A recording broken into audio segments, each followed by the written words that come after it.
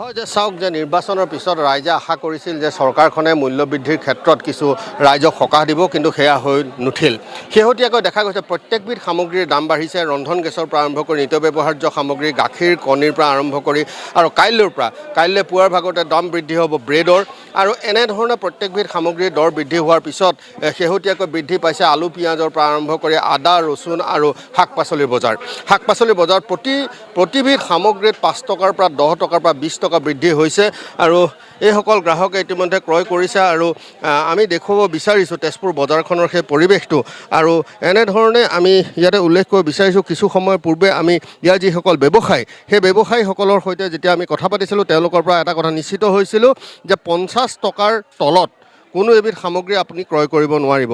যিটো এটা সময়ত যে তেজপুৰৰ বজাৰত বিশেষভাৱে ক'ব লাগিব যে ৰঙালাও উপলব্ধি আছিল। এই ৰঙালাওৰ একোটা ৰঙালাওৰ মূল্য আছিল 10 পৰা 20 টকা। সেই ৰঙালাওৰ এতিয়া কেজি হ'লগৈ 20 টকা তেজপুৰৰ বজাৰত। এনেধৰণে প্ৰত্যেকবিধ সামগ্ৰীৰ ইয়াত দৰ বৃদ্ধি হোৱা পৰিলক্ষিত হৈছে।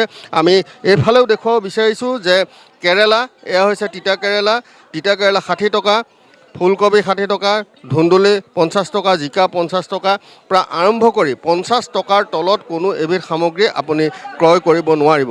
এয়াই হৈছে এতিয়া তেজপুৰৰ আচলতে যিখন বজাৰ, তেজপুৰ বজাৰখনৰ সেই পৰিৱেশ। দাদা, কিবা কিনিলেনে? কিনিব আহিছোঁ, কিন্তু কিনা হোৱা নাই আৰু ভালকৈ। দামবিলাক ক'বলৈ বাঢ়িছে, মালটো কমি গৈছে বতৰৰ কাৰণে নেকি। মই ইমান সোধা নাই, মই আহিছোঁহে, অলপ শাক ল'লোঁ, মোটামুটি ঠিকেই আৰু।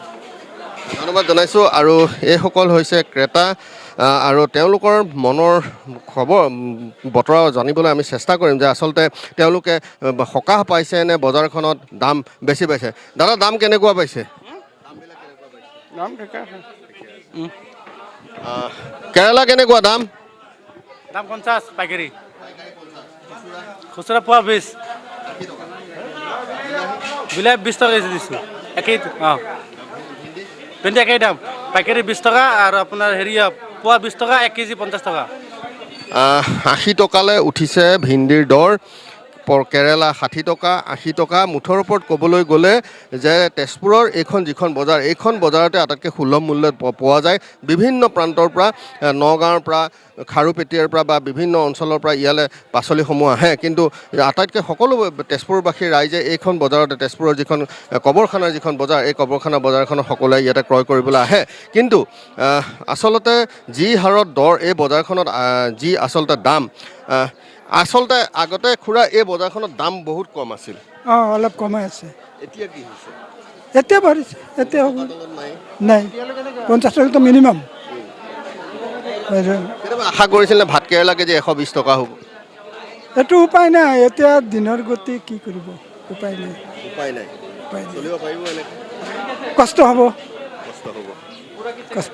আৰু কেতিয়াও কল্পনা হয়তো কোনেও কৰা নাছিল যে 1 কেজি ভাত কেৰেলাৰ দাম 120 টকা, 140 টকালৈ ঊৰ্ধ্বগামী হ'ব।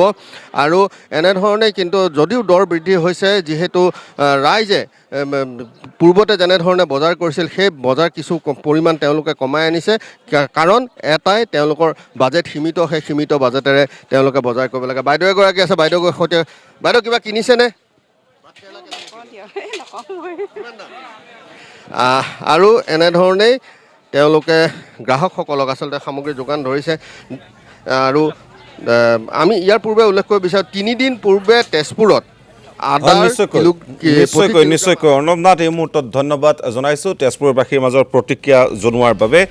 আৰু এই মুহূৰ্তত গোলাঘাটৰ জনতাইনো কি কয় জানিবলৈ আমি সংযোজিত হ'ম পোনপটীয়াকৈ মুস্তাক হুছেইনৰ সৈতে। মুস্তাক, আপোনাৰ ওচৰলৈ আহিছোঁ।